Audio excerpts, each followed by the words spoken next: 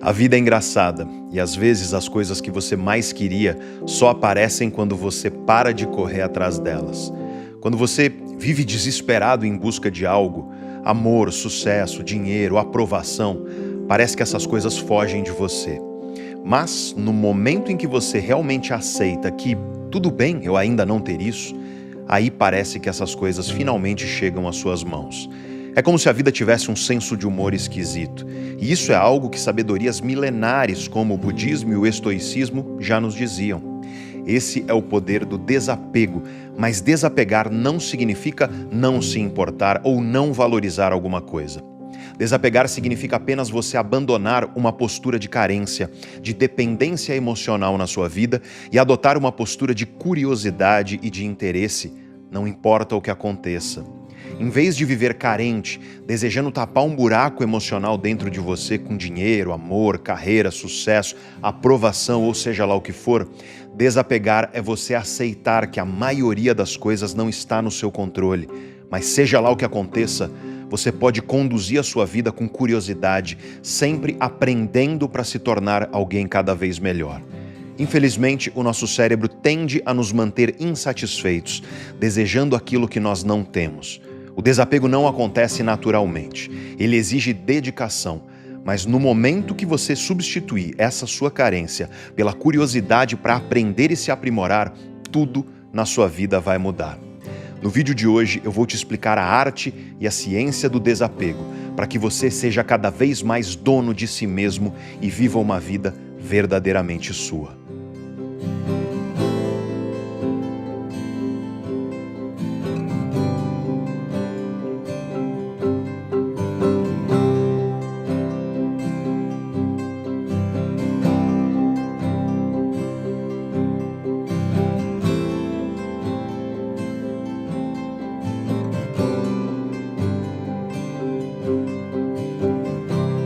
Alguns anos atrás, eu fui até a casa de um grande amigo meu chamado Alexandre.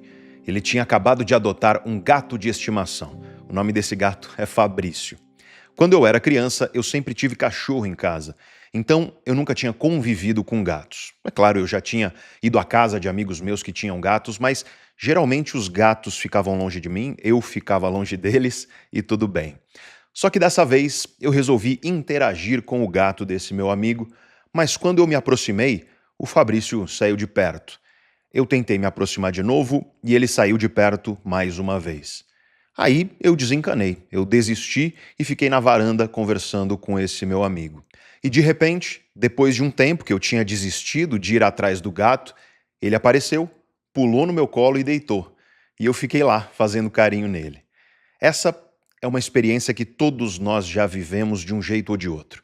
Quando você corre atrás de alguma coisa que você deseja muito, parece que essa coisa foge de você, tal como o Fabrício fugiu de mim. Mas quando você deixa isso quieto, quando você para de correr atrás, parece que essa coisa vem até você.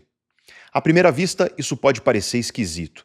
Afinal, todos nós ouvimos desde criança que para conquistar qualquer tipo de sucesso na vida, sucesso profissional, financeiro, amoroso, você precisa se esforçar muito. E é claro que isso tem sua verdade. Para conquistar qualquer objetivo grandioso na vida, é preciso sim dedicação, esforço, construção, trabalho no bom sentido da palavra. Ninguém constrói uma carreira bem-sucedida sem dedicação e esforço, sem enfrentar muitos tropeços, dores e dificuldades. Ninguém constrói um casamento sem isso, ninguém constrói conhecimento sem isso.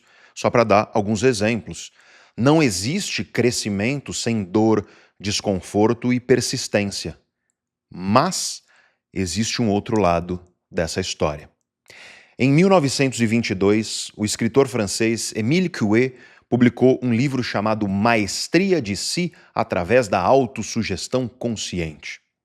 Foi nesse livro que ele introduziu uma ideia que acabou ficando muito famosa: a lei do esforço reverso.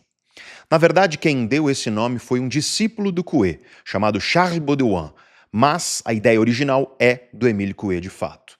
Enfim, essa lei ficou famosa porque ela foi popularizada pelo filósofo Alan Watts e mais recentemente pelo escritor Mark Manson.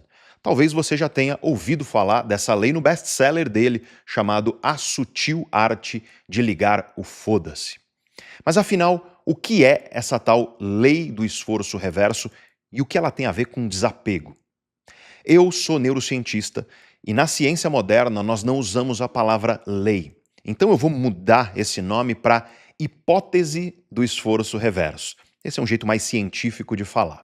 E a melhor maneira de você entender isso é com um exemplo prático de uma situação que com certeza você já passou na sua vida. Imagina que amanhã você precisa acordar muito cedo, muito mais cedo do que o normal, porque você tem um compromisso profissional importante. Chega à noite, você está pensando nesse compromisso, mas você ainda não está com sono.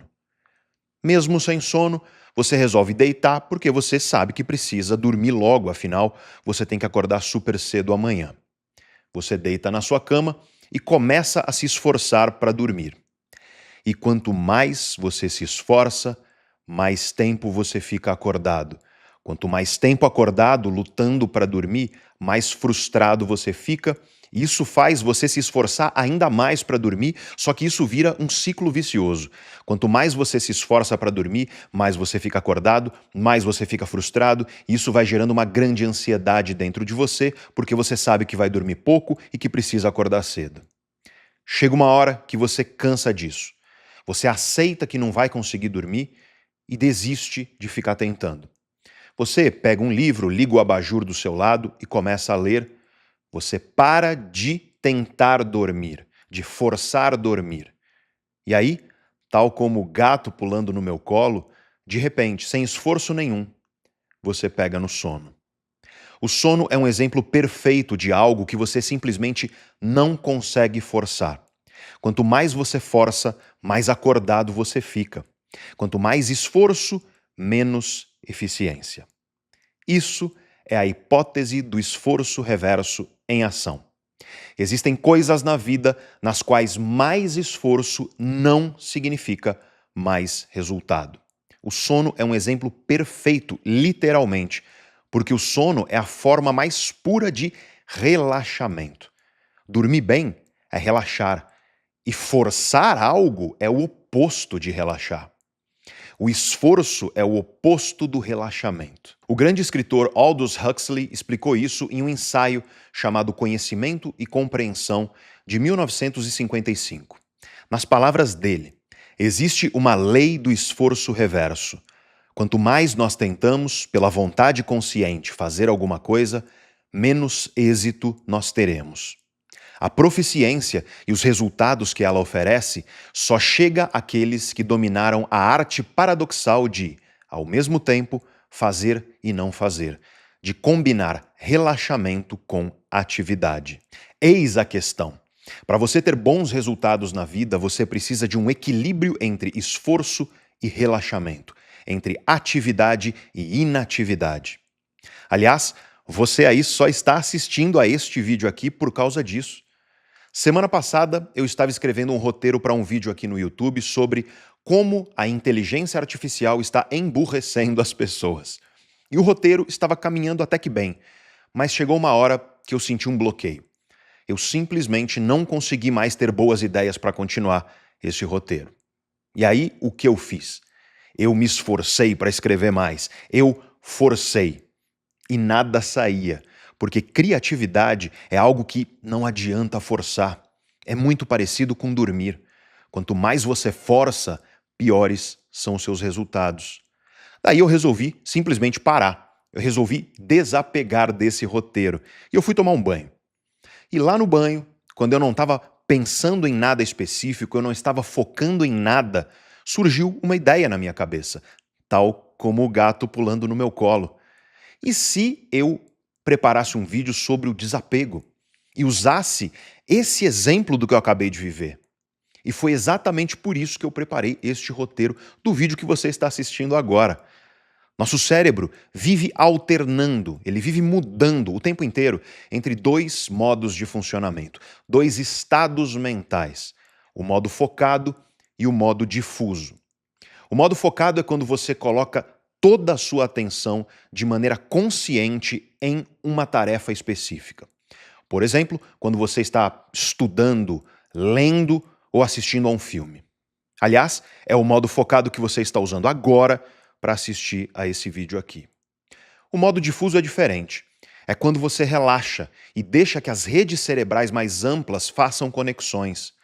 Só que essas redes cerebrais operam meio que em segundo plano, de maneira inconsciente, sem você precisar focar em nada específico. E é nesse vai e vem que o seu cérebro funciona da melhor maneira.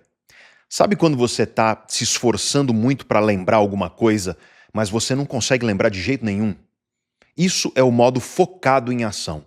É um foco interno, é você focando dentro da sua mente para procurar uma memória. Você tenta e se esforça e não consegue lembrar, daí você desiste e resolve caminhar até a padaria para comprar um pão. E de repente, quando você está caminhando rumo à padaria, surge aquela lembrança que você não estava conseguindo resgatar. O gato pulou no seu colo. Isso é o modo difuso em ação.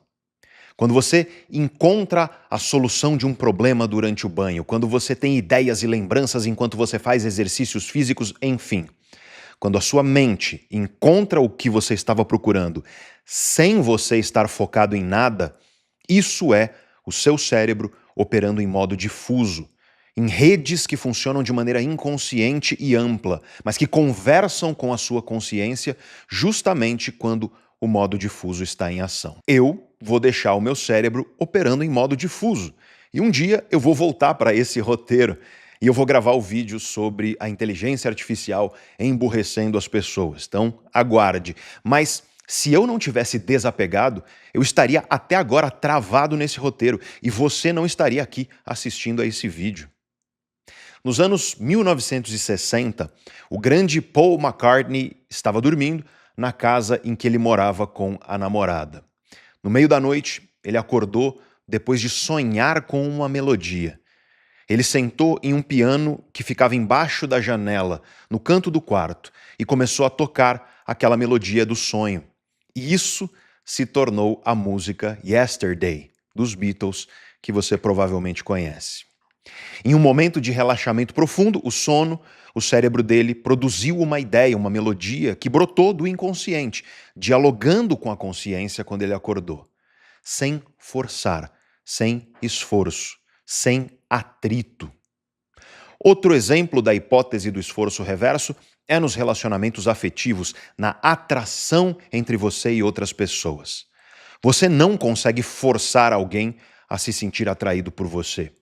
Aliás, em geral, aquela carência grudenta que faz você ficar forçando o seu desejo sobre a outra pessoa, isso costuma afastar essa pessoa, não atrair. De maneira geral, as pessoas se sentem atraídas por alguém que é seguro e confiante e que demonstra interesse com naturalidade.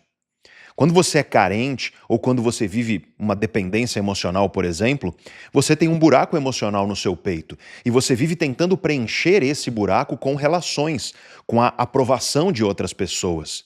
Isso faz você forçar o seu desejo, forçar o seu interesse sobre a outra pessoa. Acontece que a sua tentativa de forçar costuma ser percebida pelas outras pessoas como insegurança, falta de autoconfiança, autoestima baixa. E isso definitivamente não atrai, isso afasta. Se você quiser saber como se livrar da carência e da dependência emocional, nós temos um vídeo inteiro aqui no canal Neurovox sobre isso e você pode assistir tocando aqui agora. Mas você já deve ter conhecido alguém que tenta parecer seguro e confiante, só que essa pessoa só parece forçada. Como disse o escritor Steve Magness, a verdadeira confiança é quieta. A insegurança é barulhenta. O neuropsiquiatra austríaco Viktor Frankl observou que quando você usa o modo focado em excesso, se esforçando muito para conquistar um resultado específico na sua vida, ou se esforçando muito para que alguma coisa não aconteça, isso gera um enorme estresse dentro de você. Aquilo que ele chamou de ansiedade antecipatória. Você fica estressado e ansioso, antecipando a possibilidade de não conseguir aquele resultado que você queria ou a possibilidade de acontecer aquilo que você tem medo que aconteça. Isso costuma ser chamado na ciência de antecipação catastrófica, quando você fica ansioso por antecipar tudo que pode acontecer de errado, de diferente daquilo que você esperava ou gostaria que acontecesse. Aliás, esse é um sintoma muito comum da depressão e da ansiedade clínica, mas pode acontecer em menor intensidade com todo mundo. Mas quanto mais ansioso você é, mais você costuma sentir isso. E aí, por causa dessa ansiedade antecipatória, você aumenta as chances das coisas darem errado. No clássico livro Em Busca de Sentido, ele dá o exemplo de uma pessoa que gagueja em algumas situações, aquela que é chamada de gagueira situacional. Quanto mais essa pessoa se esforça conscientemente para não gaguejar, mais ela acaba gaguejando. É somente quando essa pessoa deixa fluir, sabe, sem focar excessivamente no resultado que ela deseja, ou seja, o resultado de não gaguejar, é somente aí que ela consegue falar sem gaguejar. Segundo Frankl, isso acontece através de dois processos da mente humana: a hiperintenção e a hiperreflexão. E se você prestou atenção a tudo que eu te disse até agora, você já sabe quais são esses dois processos. Mas agora eu vou te explicar de uma forma mais resumida. A hiperintenção é quando você se esforça demais para obter um resultado desejado. Esse esforço faz você ficar tenso e a tensão produz o fracasso. O exemplo perfeito disso é aquele que eu dei no começo do vídeo: o desejo e o esforço intenso de dormir, que acaba produzindo insônia. Outro exemplo disso é a pessoa que se esforça muito para parecer segura e confiante para outras pessoas. Isso deixa ela tensa e acaba fazendo com que ela pareça forçada e insegura. Nós temos um vídeo inteiro aqui no canal Neurovox sobre isso, chamado Como Ser uma Pessoa Segura e Confiante, que você pode assistir tocando aqui agora. Mas enfim, a hiperintenção é quando você força demais a sua vontade para que algo aconteça. Esse esforço excessivo deixa você tão tenso que bloqueia o seu resultado. Já a hiperreflexão é um pouco diferente. É quando você presta atenção exagerada na sua própria performance. Esse foco exagerado faz você ficar tenso e essa tensão produz o fracasso. Um bom exemplo disso é a timidez.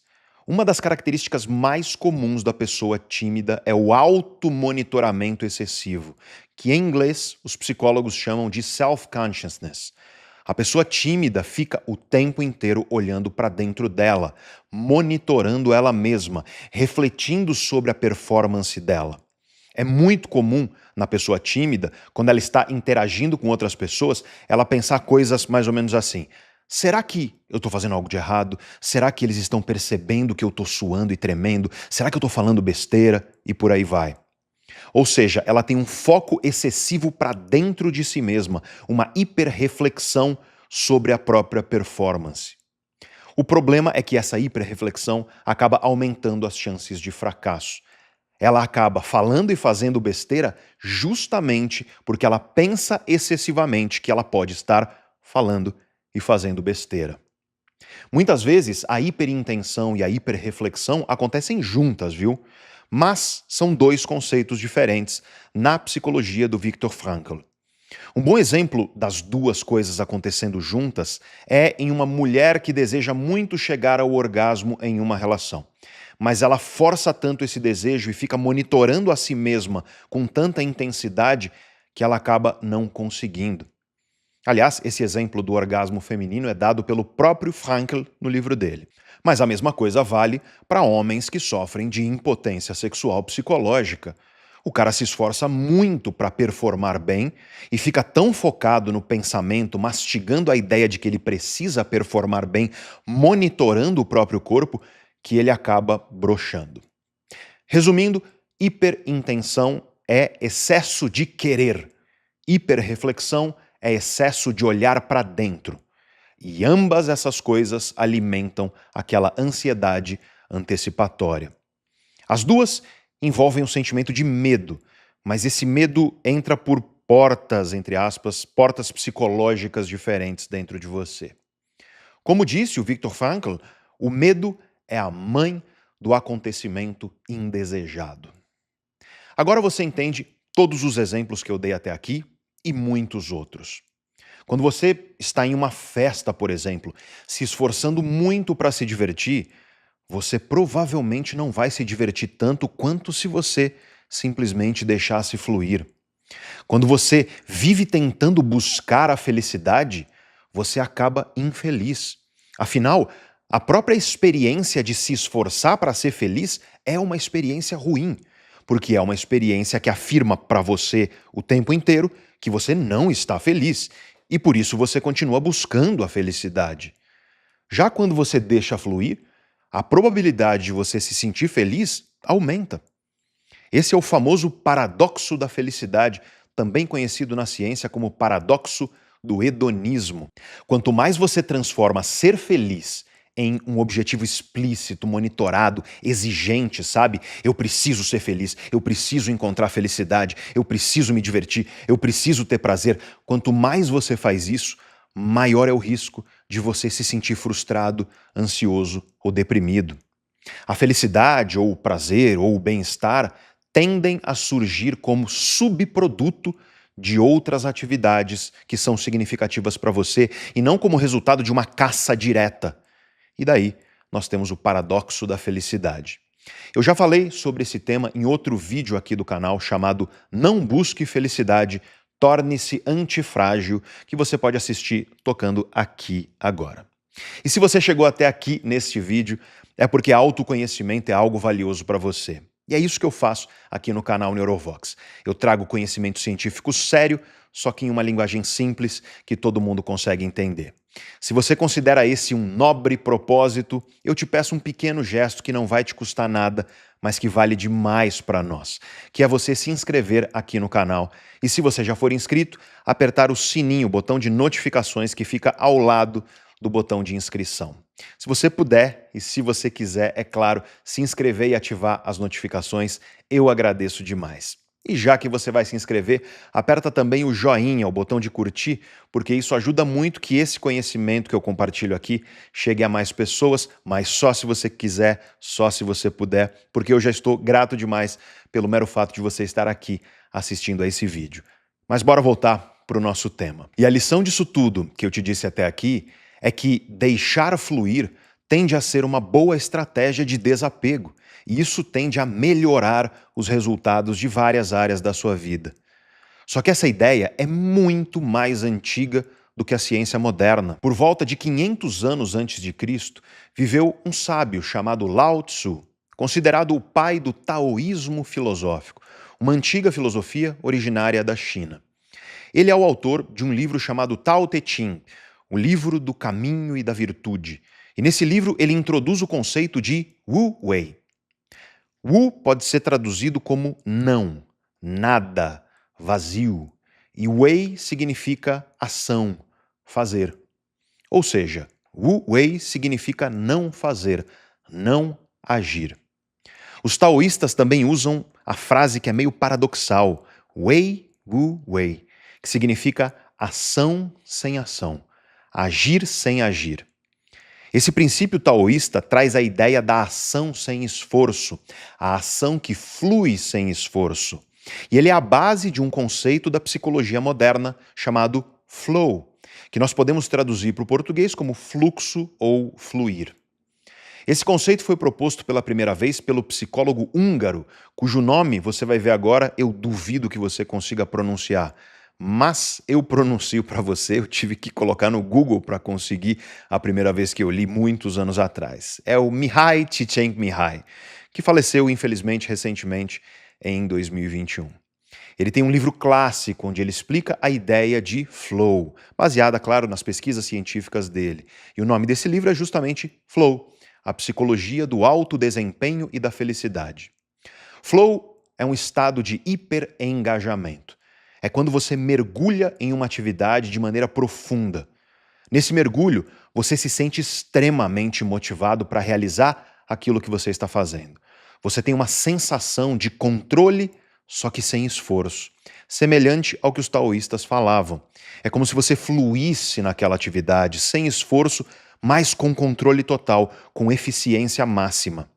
Você perde a consciência de si mesmo. É como se você e aquela coisa que você está fazendo se tornassem um só. Não existe espaço na sua mente durante o flow para você se perguntar coisas como: "Ai, será que eu estou indo bem?" Porque só existe espaço para o seu foco e para a sua ação, para você realizar aquilo que você está fazendo com eficiência e com controle. O seu foco, durante o flow, é extremo. É como uma visão de túnel. Você fica inteiramente dedicado àquilo que você está fazendo e não consegue prestar atenção a mais nada. Você perde a noção do tempo durante o estado de flow. E quando esse estado passa, você olha para trás e pensa: nossa, eu nem vi o tempo passar. É o surfista que sente que o mundo desapareceu ao redor dele e que ele, o mar e a prancha se tornaram uma coisa só. É o atleta que percebe o chute simplesmente acontecer, antes mesmo dele pensar nesse chute, e ele só toma consciência disso quando ele vê o gol. É o escritor que mergulha nas páginas, engatando um parágrafo atrás do outro com máxima eficiência, como se aquele texto estivesse fluindo de uma torneira aberta de uma cachoeira. É você, vidrado e preso em um filme tão interessante, tão intelectualmente desafiador, que você nem vê o tempo passar. É o estudante grudado na carteira, mergulhado no discurso de um professor que ele admira. É a noite que passa em um piscar de olhos quando nós estamos apaixonados. É a dançarina que se transforma em dança, o pintor que se transforma em quadro. O professor Mihai viajou pelo mundo todo, perguntando às pessoas quais eram os momentos em que elas mais se sentiam vivas. Em quais momentos você se sente melhor? Em quais momentos você tem o seu melhor desempenho nas coisas que você escolhe fazer? Universalmente, em todas as culturas que ele estudou, ele percebeu que as pessoas relatavam a experiência de flow. O que ele fez foi descrever e dar um nome a isso. Mas lembre-se, os taoístas já falavam disso milhares de anos atrás. Isso é algo da natureza humana. E como eu já expliquei, flow é um estado de hiperengajamento. Mas o que, afinal, é engajamento na psicologia humana? Para entender isso, você precisa imaginar alguma atividade, alguma coisa que você está fazendo. Bora usar o exemplo de um livro que você está lendo. Esse livro promove um desafio para o seu cérebro. O seu cérebro tem um conjunto de competências para lidar com os desafios que aparecem na frente dele. Só que se o desafio é grande demais para suas competências, você fica ansioso e estressado e você performa mal. O teu desempenho é ruim. Por outro lado, se o desafio é pequeno demais para suas competências, você fica entediado e desanimado, e de forma semelhante, o seu desempenho também se torna ruim. O engajamento acontece quando você encontra desafios alinhados às suas competências. O estado de flow é um estado de hiperengajamento. É quando isso tudo acontece na medida ideal para você. Isso vale para qualquer coisa que você faz. Quando você encontra desafios alinhados às suas competências, você se torna engajado. E quando você está engajado, você fica motivado, focado, produtivo, eficiente. O seu desempenho é muito bom. Um filme é um desafio. Este vídeo aqui é um desafio. Um livro, um projeto profissional, um encontro amoroso, um flerte com alguém que despertou sua atração, um treino na academia, enfim. Qualquer coisa pode ser um desafio para você, mas você só estará engajado quando esse desafio estiver alinhado às suas competências. Mas o que diabos isso tem a ver com desapego? Ora, flow, engajamento, gente, isso é um estado de desapego competente. E justamente por isso é que quando você está engajado, o seu desempenho é excelente e você tem bons resultados. Se você é incompetente, qualquer desafio vai te deixar estressado, ansioso, inseguro. E como toda pessoa insegura, você vai se tornar excessivamente apegado. Você não flui, não engaja e, consequentemente, você terá resultados péssimos. Isso vale para a vida pessoal, afetiva, profissional, financeira, etc. Lembra do exemplo que eu dei antes? De quando você se esforça para parecer confiante e seguro para as outras pessoas? Se você ouviu com muita atenção tudo que eu te disse, você já começou a entender por que eu sou tão crítico àquelas técnicas de afirmação positiva e coisa parecida. Você não se torna uma pessoa segura e confiante brigando com seus pensamentos negativos ou gritando afirmações positivas para si mesmo no espelho. Muito pelo contrário, como nós vimos aqui, a ciência nos mostra que isso pode piorar a situação. A autoconfiança, segurança é algo que surge naturalmente, é algo que flui. Quando? Quando você conquista resultados irrefutáveis e tem competência para isso. Resultados que confirmam para você que você é competente e capaz. Resultados que afirmam para você que você realmente é essa pessoa que você diz ser e que você quer ser. Segurança e confiança não é acreditar no seu potencial ou acreditar que você é competente e capaz. Segurança e confiança vem de saber que você é competente, capaz, porque os seus resultados são prova irrefutável disso. Segurança e confiança são fruto da consciência e da admiração que você tem sobre tudo que você enfrentou, tudo que você superou, tudo que você construiu e é capaz de construir na sua vida. Só que toma cuidado. Eu não estou falando necessariamente de grandiosidades, conquistas grandiosas. Eu estou falando das pequenas conquistas diárias, dos resultados de cada pequena escolha da sua vida. É fazer o que você sabe que precisa ser feito em vez de procrastinar. É você cuidando de si mesmo, executando seus planos, cumprindo as promessas que você fez para você mesmo e para os outros. É você sendo fiel à vida que você deseja conquistar, em vez de ceder às tentações e às distrações. Confiança e segurança vêm quando você olha no espelho e tem certeza de que hoje você é um pouco melhor do que você era ontem, mais competente do que você era ontem. Se você está no fundo do poço agora, levantar da sua cama e pedir ajuda é uma conquista. Se você está se alimentando mal, um dia comendo de maneira saudável é uma conquista. Se você está sedentário, 10 minutos de caminhada hoje são uma conquista. Se você procrastina os seus estudos, ler 10 páginas é uma conquista. Pequenos passos, curtos e firmes. Esse é o caminho para você se tornar competente em todas as áreas da vida. O único caminho para você chegar na sua excelência. Valorize as suas pequenas conquistas, os seus pequenos passos, porque só assim você vai conquistar coisas ainda maiores. E isso é fácil? Tal como tudo que é grandioso na sua vida? É claro que não. O que não falta por aí é guru de internet prometendo fórmula de enriquecimento rápido e fácil, mudança de vida rápida e fácil. Tudo mentira. Mas é gostoso acreditar que você vai conseguir resultados incríveis, mesmo não tendo competência para conquistar esses resultados. Só que eu não estou aqui para te falar o que é gostoso de ouvir. Eu estou aqui para te falar o que você precisa ouvir. Não vai ser rápido e fácil. Se tornar competente demora, vai exigir milhares de horas de dedicação da sua parte. Se você não está preparado para isso, pode esquecer, tira seu cavalinho da chuva, como dizia minha avó. Muita gente me pergunta como eu consigo subir em um palco e falar para 2, 3, 5 mil pessoas por 2 horas, trazendo conhecimento científico, ao mesmo tempo em que eu trago exemplos práticos e brinco com a plateia, tudo com naturalidade. Quase ninguém levanta para ir no banheiro, as pessoas ficam atentas, focadas. Como que você consegue isso? E, meus amigos, a primeira vez que eu sentei em uma cadeira de professor universitário foi quase 20 anos atrás. Você tem noção de quantas dezenas de milhares de horas de aulas e palestras eu já ministrei nessa vida? Lembra de quando você começou a dirigir? Você teve que aprender controle de embreagem na ladeira. No começo você quase tinha uma diarreia de nervoso quando você precisava parar o carro subindo uma ladeira.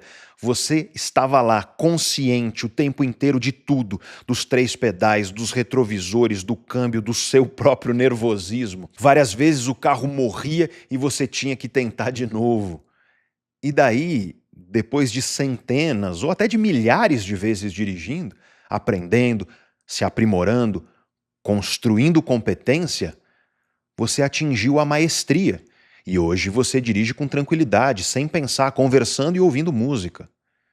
Curiosamente, a nossa consciência pode ser inimiga desse estado de maestria. Veja só. Quando você ficava plenamente consciente, pensando na embreagem, no freio, no acelerador, nos retrovisores, no câmbio, no seu nervosismo, forçando tua consciência para fazer com que aquilo funcionasse, enfim, quando a sua consciência estava 100% no comando, você dirigia mal. Conforme você praticou e se tornou competente, a sua consciência começou a compartilhar o comando disso tudo com outros processos do seu cérebro, processos inconscientes. E é aí que mora a maestria.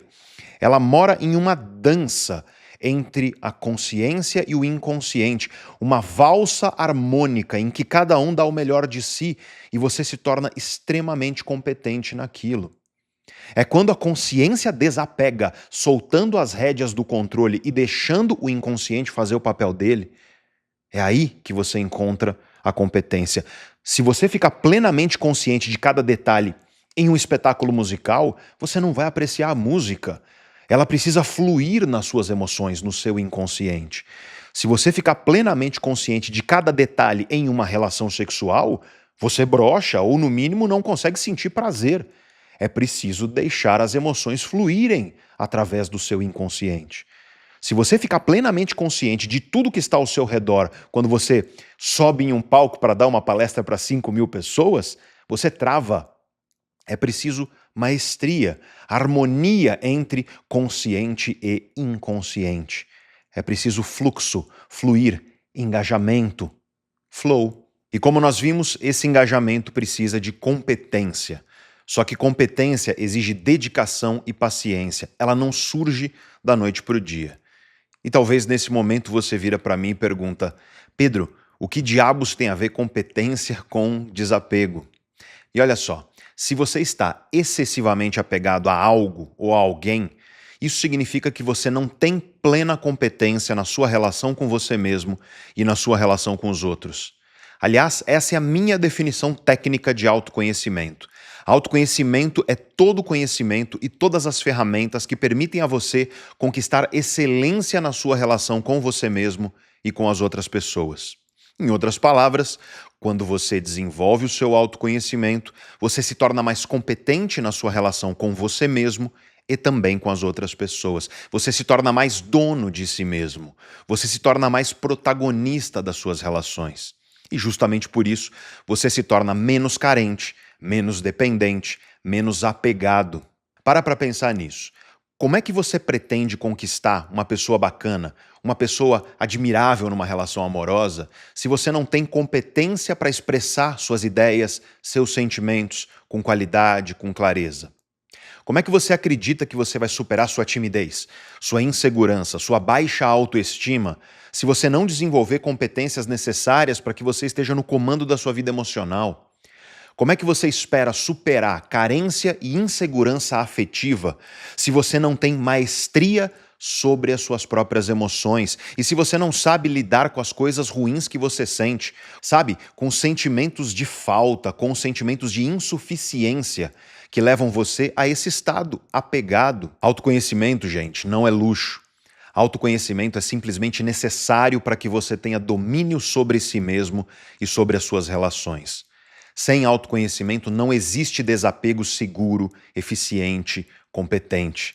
Quando você não tem autoconhecimento, seu desapego, na verdade, é aquele tipo de joguinho que muita gente faz. Aquela pessoa que se finge desapegada para tentar afetar a outra. Porque o desapego seguro, de verdade, ele é fruto do autoconhecimento. E eu tenho um curso, um programa completo chamado Projeto Autoconhecimento e Transformação, que nós chamamos carinhosamente de PAT. E nele eu entrego nas suas mãos todos os conhecimentos e ferramentas para você entender seu cérebro e mudar sua vida, baseado na ciência do autoconhecimento. E o grande foco do PAT é justamente desenvolver competência na sua relação com você mesmo, na sua relação com os outros seres humanos. Fica tranquilo, eu não estou querendo te vender nada, até porque nós não temos vagas disponíveis no momento que eu estou gravando este vídeo, mas se você tem interesse em entrar para a lista de espera do programa de autoconhecimento e mudança de vida mais completo do mundo, e não é exagero, eu te digo isso com tranquilidade, não existe nada parecido com o PAT. E você não precisa acreditar em mim. Dá uma olhada no depoimento da minha aluna Tati. Quando eu conheci o professor Pedro, eu estava vivendo um relacionamento abusivo do qual não fazia ideia de como sair. Graças aos seus ensinamentos, seu curso de autoconhecimento e transformação, mudei completamente a minha vida. Consegui me divorciar e hoje tenho uma vida completamente diferente. Obrigada, professor. Devo muito do que sou hoje a você. Esse é um de milhares de depoimentos de alunos que transformaram as suas vidas. Se você tem interesse em fazer parte do PAT, eu vou deixar um link aí embaixo na descrição do vídeo e também um link fixado no topo dos comentários. É o primeiro comentário de todos. Toca no link, segue as instruções e você entra para a lista de espera do PAT. Quando nós tivermos vagas disponíveis, nós entramos em contato com você, mas eu não sei quando nós teremos vaga, não sei quando isso acontecerá, então tenha paciência, porque pode demorar um pouco. Mas voltando aqui para o nosso tema. O primeiro passo prático para você conquistar o desapego confiante e eficiente é você se tornar competente na área em que você deseja desapegar.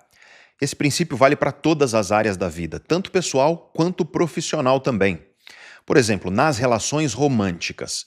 Quando você é jovem, você tem pouca experiência afetiva, você costuma ser inseguro, forçado, carente. Conforme você amadurece, você se torna mais competente na sua relação com você mesmo, na sua relação com as outras pessoas.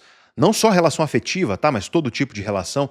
Quanto mais competente você se torna, mais a sua vida afetiva flui naturalmente. Quando você é jovem, quando você não conhece bem a si mesmo, você vive tentando se forçar em coisas que você na verdade não gosta para tentar agradar pessoas que não fazem diferença na sua vida. Você vive apegado a isso. E aí, conforme você amadurece, desenvolve o seu autoconhecimento e se torna mais competente na sua relação com você mesmo, mais você aprende a dizer não para aquilo que não faz sentido e a dizer sim aquilo que realmente faz diferença positiva na sua vida. Enfim, competência é crucial para que você flua, para que você seja capaz de desapegar de forma eficiente e confiante. Em segundo lugar, eu quero reforçar para você a ideia de aceitação, de aceitar e parar de forçar.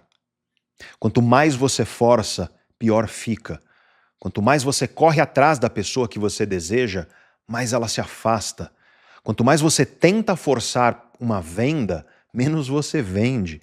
Quanto mais você força para parecer seguro, confiante, mais inseguro e forçado você parece.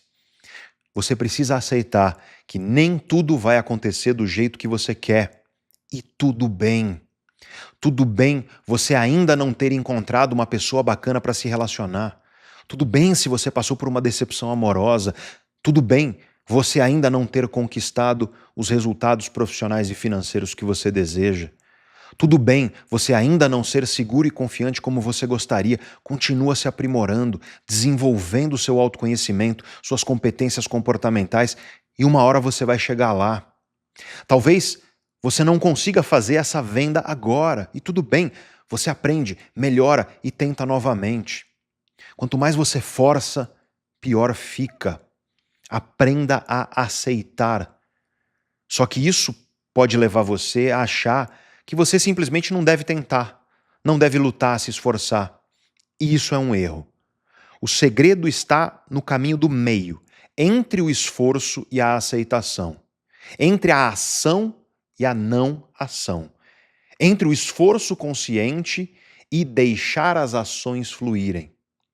Por um lado, o esforço consciente é crucial para que você se desenvolva e se torne competente. Você precisa estudar, aprender, praticar, analisar, reavaliar. Por outro lado, você precisa deixar o seu inconsciente fluir, colocando a consciência de lado, acalmando e relaxando a sua mente, saindo da frente para que tudo que você aprendeu surja naquela dança harmônica entre consciente e inconsciente que eu te falei. Quando o atleta, o escritor, o professor estão em estado de flow, eles não ficam racionalizando, analisando as coisas dentro da mente. Eles simplesmente fluem.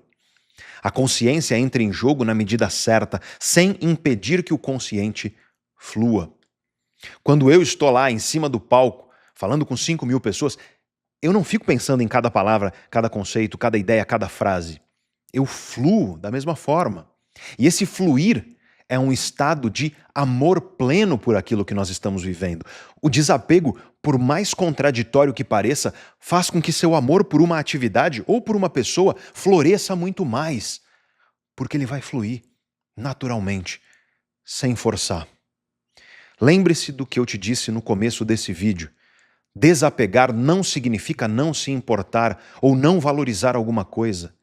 Desapegar significa apenas você abandonar uma postura de carência, de dependência emocional na sua vida e adotar uma postura de curiosidade, de interesse, não importa o que aconteça. Então, em vez de viver carente, desejando tapar um buraco emocional dentro de você com dinheiro, amor, carreira, sucesso, aprovação, ou seja lá o que for, desapegar é você aceitar que a maioria das coisas não está no seu controle.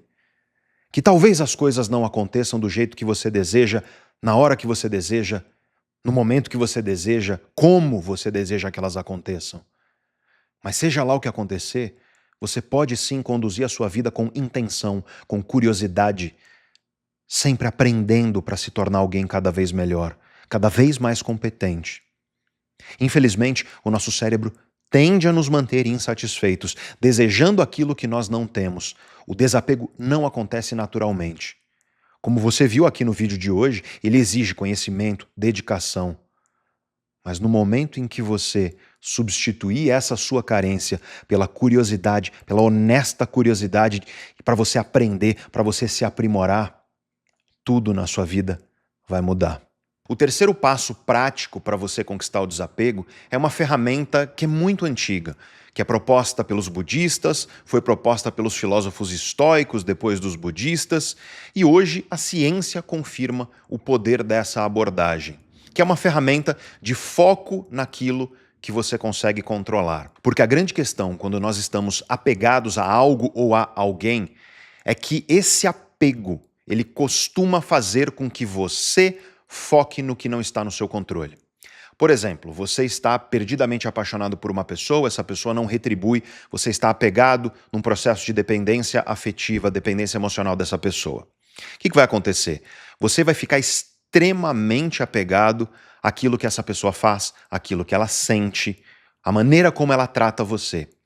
Só que você não tem controle sobre nada disso. No entanto, a sua mente, isso é uma armadilha da mente, a sua mente estará apegada e focada justamente nessas variáveis que não estão no seu controle. Se você está apegado a uma questão profissional, por exemplo, você está com a cabeça lá ruminando uma dificuldade profissional, alguma coisa que aconteceu diferente do esperado, e você não consegue parar de pensar nisso, você está apegado a essa ideia. É muito importante você perceber que esse apego está te fazendo ficar lá ruminando coisas sobre as quais você não tem controle. Por exemplo, aquilo que aconteceu, a maneira como aconteceu, coisas do passado, muitas vezes. Então toma cuidado, porque quando nós estamos apegados, a mente é muito traiçoeira. Ela vai focar naquilo que você não tem controle. Então essa ferramenta que eu quero te dar aqui é uma ferramenta prática justamente para você dar mais foco àquilo que está no seu controle. E a ferramenta é muito simples. Eu quero que você pegue uma folha de papel. Eu prefiro o papel e caneta de fato. Se precisar fazer no computador ou no celular, beleza, mas se você puder fazer isso numa folha de papel, é melhor, você estará mais presente ao preencher isso que eu vou te falar agora. Essencialmente, o que você vai escrever nessa folha de papel é a situação. Você vai olhar para a situação a qual você está apegado. E eu quero que você divida essa folha em duas colunas. Uma coluna é o que está no meu controle e a outra é o que não está no meu controle. Eu quero que você comece a descrever a situação colocando na coluna certa as coisas. Então, se você está apegado a uma relação, por exemplo, e essa pessoa desdenhou de você, falou uma coisa que te magoou, ou ela se afastou, não está te respondendo como você gostaria, não está te retribuindo, você coloca isso lá no você não controla.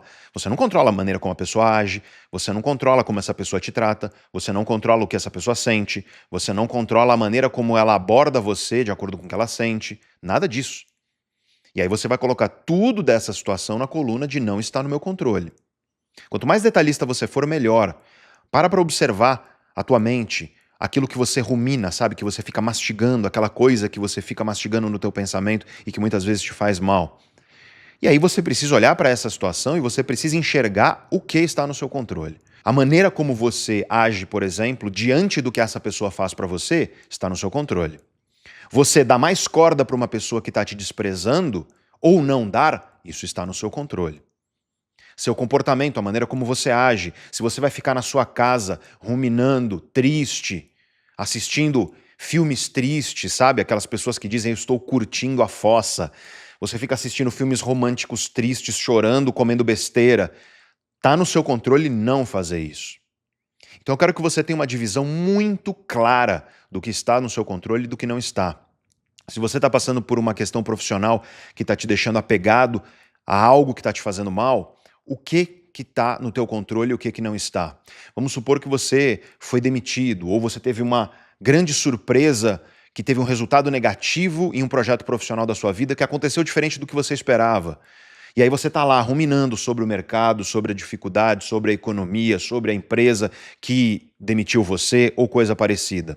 Tudo isso está fora do seu controle. Agora, está no seu controle como você vai agir perante isso. Está no seu controle se você vai, por exemplo, sentar e desenhar um plano para você sair disso, se você vai agir mediante esse plano, se você vai buscar formas de se aprimorar para você se recolocar, por exemplo, de uma demissão. Enfim, são só 2 exemplos bem genéricos, mas o que eu quero é que você divida o que está no seu controle do que não está, para você ter muita clareza disso. E no momento em que você se sentir apegado e magoado de certa forma com alguma coisa que está acontecendo, o que você faz? Você olha essa lista, se já estiver lá, você observa que não está no seu controle, se não estiver lá, você escreve que não está no seu controle. Então esse é o 3º passo. E aí vem o 4º passo, que é o principal.